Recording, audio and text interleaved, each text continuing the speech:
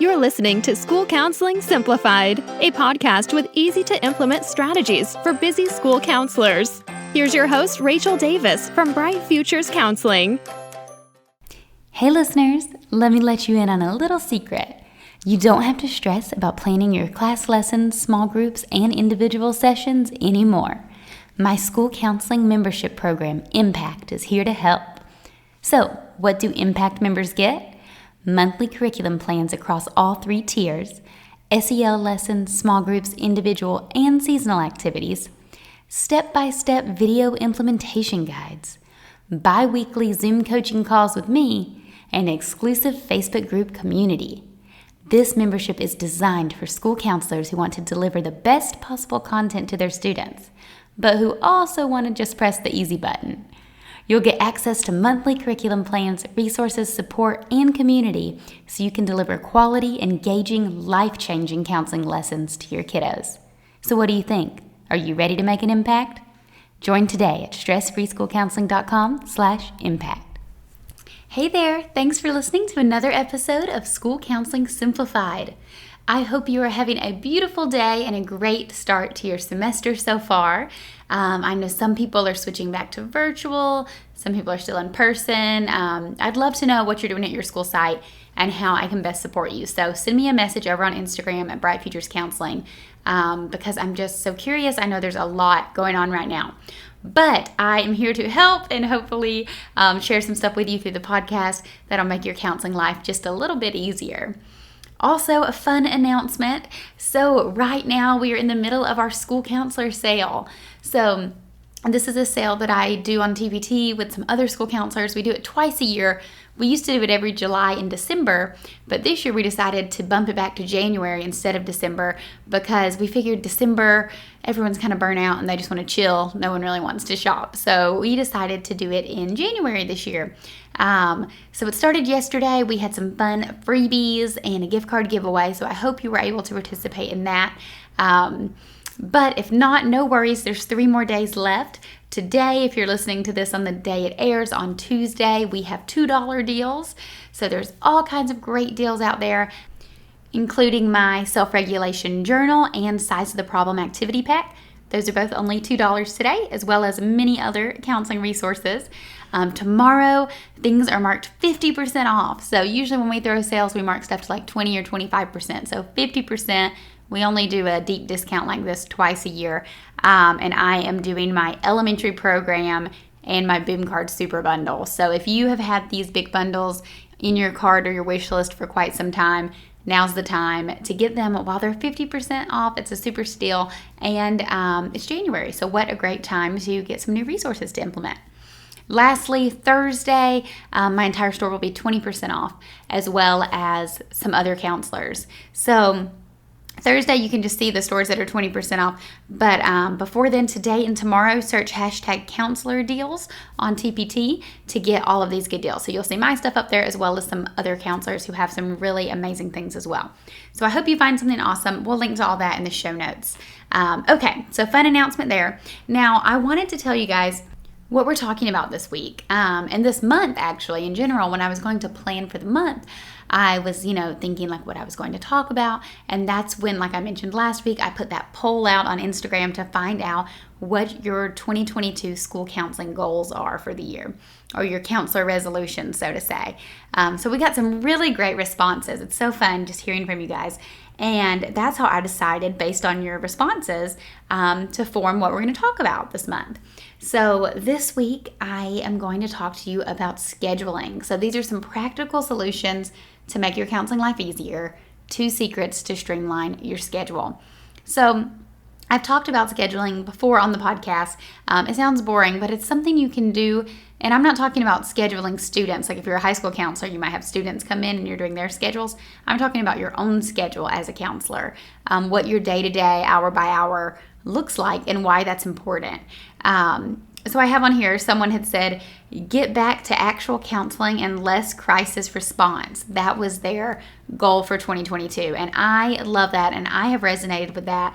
And I know so many of you feel the same way, that you're just constantly being pulled to respond to crises and that you want to just get back to actual counseling. So I have for you here a clip because I did a training on this last year as part of our stress-free school counseling launch, and I was teaching on the crisis response team protocol. And I went back and found that clip, and I have it here for you, so I'm about to play it. So it was a like a live training, so you'll hear me kind of interacting with some of the attendees who have questions and things like that. But it's a really powerful strategy that you can start implementing literally tomorrow, and I think it'll really be a game changer in your program. So I'm going to play that clip, and then when I hop back on, I'll share with you the second secret. Okay, let's check it out. The first secret is to create a stress-free counseling schedule. And you can do that by establishing a crisis response team protocol. So you probably know the feeling. You have your schedule all perfect and planned out, and then boom, you get a call on your radio that a student's having a meltdown and they need your help immediately. So you abandon your perfectly scheduled plans because that's the right thing to do, right? Well, there is a better way. With a little planning and foresight, you can prevent this scenario from happening. I mean, you've probably been there where you have a class lesson you're supposed to teach, and then you get a call that you need to help a kiddo in crisis. So this is where a crisis response team protocol comes in. It divvies up the responsibility of responding to crises among a group of specialists, which rids you, the counselor, of that feeling of constantly putting out fires. It helps share the responsibility a little bit. So let's take a look at the team versus the protocol. So the team are the people who can help us when a student is in crisis. So I want you to think about other specialists that you work with who could help carry this burden that you have. Now, they're likely not going to be teachers because teachers have a pretty strict schedule already. So think about specialists at your school who have a little flexibility, kind of like you do. Some potential team members could maybe be a school psychologist, an instructional coach, principal, assistant principal, behavior specialist, speech language pathologist, people like that. And then the protocol is where you're determining who is responsible at which time and what actions will be taken. So to do this, you'll start by mapping out the day and assign different people different times. And then you can color coordinate the calendar to indicate who has which shift. So you're going to divide the daily schedule up. Let's take a look at it in action here. You are only going to be responsible for your time slot. So if you see there in the peach colored, it says counselor at noon. But then we have other people who are responsible at different times of the day. So let's say that it's 9 a.m. and a kiddo is in crisis. Well, you have a small group at 9 a.m. Well, you don't have to stress because everyone will see the crisis is happening and will say, okay, who's responsible for responding during this designated time? Oh, it's our school psychologist. Perfect. The school psych goes to respond. You continue to do your small group. Perhaps you follow up with the student later, something like that. But the point is you're not having to abandon your schedule and your other commitments to respond to a crisis. So can you see how powerful this strategy could be? Like, what if you knew this a year ago? Could you imagine how many headaches you could have saved? So I'm seeing a couple questions here. Rebecca, yes, that is in Google Calendar. And I love Google Calendar. And Teresa said, what if others are not willing to help? That's my problem right now. Yes. So you do want to get buy-in from others, and this could be a little tricky. So what I recommend doing is first chatting with the person you directly report to. So for example, your administrator or your principal. I would talk to them and I would share why this needs to happen. So the reason is because you want them to be on board with your counseling services that you're providing. So explain that you do small groups and individual sessions and parent meetings and class lessons. And by explaining to them that you have these other responsibilities that are super important and preventative, then they may see the need for, you not always being on call, so to say. Now, there are some things I want you to consider. You want to stay flexible and treat it as a case-by-case basis. So what I mean by that is, like, for example, let's say that there's a student you've been meeting with for a few months and you have a very good relationship and you've already took the time to build rapport with them. Well, if they're having a hard time and having a meltdown, it may not be effective for the speech language pathologist who they've never met to come help. It would be more effective for you to come. So you do want to treat it on a student by student basis and sub out different people depending on who has the best relationship with the child. Now, you also want to get creative with team members. So one time at my elementary school, we even had our custodian involved because everyone knew his face. He had a great relationship with the kids. So he was someone that was on our crisis response team. So this does two things. It helps impact more students and helps you get the recognition that you deserve. So how does this help impact more students? Well, not only are you ensuring that the student in crisis is getting the help they need, but you're also certain that you're not going to miss those other scheduled responsibilities, like your groups, individual sessions, and class lessons. Because think about it. What if you have an individual student who's really looking forward to this time that they see you each week and you have to bail? Or what if you are reluctant to start a small group because you're afraid you're never going to be able to consistently meet? By implementing a crisis response team protocol, you can impact more students. And it helps you advocate for your position because you appear more reliable and responsible because you know that you're confident you're keeping your commitments to students and teachers. So let's take a look at some calendars over here. Some questions over here. Caitlin said, or if there's not extra people. So yeah, if you're at a small school, this definitely would be more challenging. Obviously, the bigger team, the better. But I would just, even one extra person to relieve it, that you could kind of relieve it with would be helpful. And Terry said, what if you have more than one student in crisis at the same time? So yeah, great question. This can obviously happen, and there will still be times. This isn't foolproof or perfect, but it is just something you can implement to try to prevent these problems from happening. But there will be days where you are going to have to still miss something to help out. And then let's see what else here. Magali, I hope I'm pronouncing your name correctly, has the same problem. People are not willing to help, and she's called for everything in the building. Yes, I'm sure a lot of us can relate to that. So again, I think just really being clear about what your role is and how important the role of the counselor is. And for example, if you're delivering amazing SEL lessons, a teacher is not going to want you to miss that to respond to a crisis. So when, over time, as you start to build these relationships and really prove the value of your program, people are going to be more supportive of this. But it does take time, definitely. So it's your turn. I want you to jump in the comments and share with me an idea of someone who could be on your crisis response team. And yes, Mindy, I know what you mean. If you felt like you were never consistent with small groups, it's definitely a challenge. That's why I developed this, because I've totally been there. Vita said a social worker, Alessandra, Dean of Students, school psych, instructional assistants, great idea. Principal, school nurse. Oh, Terry, that's a good question. She said, do you alternate days? Because perhaps 10 a.m. is kind of like a problem time. Perhaps maybe there's like a recess time, or how anytime there's like an unstructured period, there tends to be more problems. That's a great idea. I had not thought of, Terry, but I love that. You could totally alternate it. And maybe you're thinking, well, what if I don't have a crisis? Maybe we only have a crisis once a month. Well, that's amazing. But maybe you're thinking, well, what do I do during my designated time period?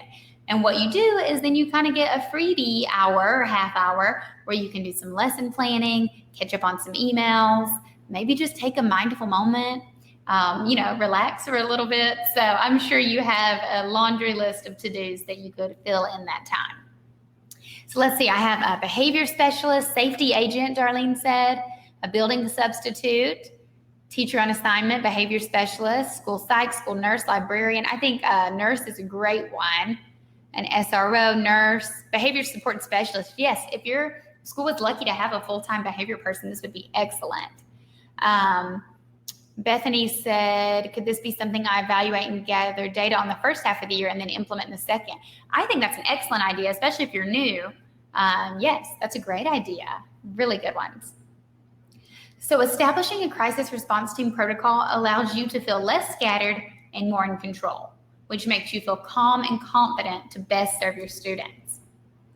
All right, so I hope you learned a lot from that training on how to establish a crisis response team protocol at your school. I hope you have a few ideas of some people in mind that you can ask to be on your crisis response team. And I really think that you'll see big changes with this. So let me know if you're implementing it. I want to know all the details, how it's going, and how I can support you, or if you have any questions. Now, moving on, I have a second secret for you when it comes to streamlining your schedule to make your daily life easier, and that is to put everything on the calendar. So, of course, you have your small groups, your class lessons, and your individual sessions, and these are those like consistent, reoccurring things, right? So I'm sure you have those written down on a calendar somewhere, whether it be digital, Google Calendar like I prefer, or maybe you do a paper planner, maybe you got a new paper planner because it's the new year. Either way, I'm sure you are keeping track of these things and making sure that they're in your schedule. But what about things like checking your email, eating your lunch, and planning your lessons. These are things you may have not thought about actually writing on your schedule. So checking your emails, I talk about this a lot on the blog. If you ever visit my blog, I've talked about this a few times. But set aside a time in your day to check your emails. Maybe respond to phone calls then too. You can batch it. And there's one time, sit down, check your emails, respond to your emails, and then get out of there. Because that inbox, when it's open on your computer, it really clutters your mind and clutters everything else. If you're like me, you'll probably end up with like a million tabs open. So to get away from that, have a designated email time and do it then. Now, that may be scary because you may be someone who is in and out of your email all day. But if that's the case, maybe set, 3 or 4 times throughout the day. But the point is to have those designated times, because there is science that proves that when you switch between tasks, you take a few seconds to, get into your task. So by going back and forth from doing one thing to your inbox, to one thing to your inbox, you're losing time, and those minutes and seconds add up. So what I encourage you to do is have a designated time to check that email. If you have to send some emails, batch them, do them all at once, and this saves you some time. So schedule yourself in that time on your calendar daily. Also, eat your lunch. We as counselors are so guilty of this. Teachers are pretty good about eating their lunch because when their class has lunch, that's when they go eat their lunch. But for us, we might be seeing a group during lunch, doing a lunch bunch, things like that. So I do like to eat with students. So I'm not saying you don't ever do that, but make sure that you're having some time for yourself to eat your lunch, to take a break. So if you need to schedule that in on your calendar, then absolutely do so. And if someone says, hey, can I meet with you? I need to chat with you about the student. Say, yeah, definitely. I can meet with you after this time or before this time. Honor your own lunch block. You totally deserve that. And plan your lessons. Schedule in a planning period. So teachers have them. Why can't we, right? Counselors usually aren't really given, because we're not, constrained to this, like these periods that we have to do different things. We usually kind of come up with our own schedule, which is awesome and beautiful that we have that flexibility. But at the same time, it can be overwhelming if you don't really know how to be productive when it comes to scheduling. So I encourage you to schedule yourself a planning hour. Maybe once a week you have an hour, maybe once a day you have 20 minutes. And this is the time you're prepping everything, right? So you probably have some things to print and prep for your class lessons, for your small groups, any of that stuff. This would be your time. Because otherwise you're going to end up doing what I used to do, is where, you have 10 minutes in between students and you're like quickly cutting something out. Or I've even had the kids help me prep, like, okay, we're going to do this as a group today, but first let's all cut these out. And so I'm sure you've been there. So I encourage you to schedule in that planning period. And if you're all caught up and you don't have anything to plan, or if you're all caught up on your email and it's your email time, great. I'm sure you have things on your to-do list, or you can always just take a break, like I was mentioning earlier in the crisis response team training. But I encourage you to put those blocks on your daily schedule, and it will make such a difference. So when you take a look at your daily schedule, this is what I think it should look like. You'll have some groups in there, some individuals in there, some class lessons, and then you'll have, email block, lunch block, planning block, maybe like a meeting block that you keep open in case people want to meet with you, things like that. So this allows you to meet, with your students and to maintain your commitment to them and your scheduled times, but at the same time, you're getting that time scheduled in to do these things that also matter. Okay, I hope you found this episode helpful and inspiring. I have a freebie for you that kind of goes along with it. So I have a free scheduling toolkit that will help you out if you're interested in these ideas, and I dive a little deeper into how to simplify your schedule. So we will link to that in the show notes. Don't forget to snag the freebie. Also, don't forget about the counselor sale that's going on that I mentioned earlier in the episode. Today's $2 deals, so it's a great time to stock up on things for this semester. Okay, guys, talk to you next week. Thanks for listening to School Counseling Simplified. You can find the links from today's episode in the show notes. If you'd like to connect with Rachel, she's on Instagram and Teachers Pay Teachers at Bright Futures Counseling. Be sure to subscribe to the podcast so you don't miss any episodes of School Counseling Simplified. Talk to you next week.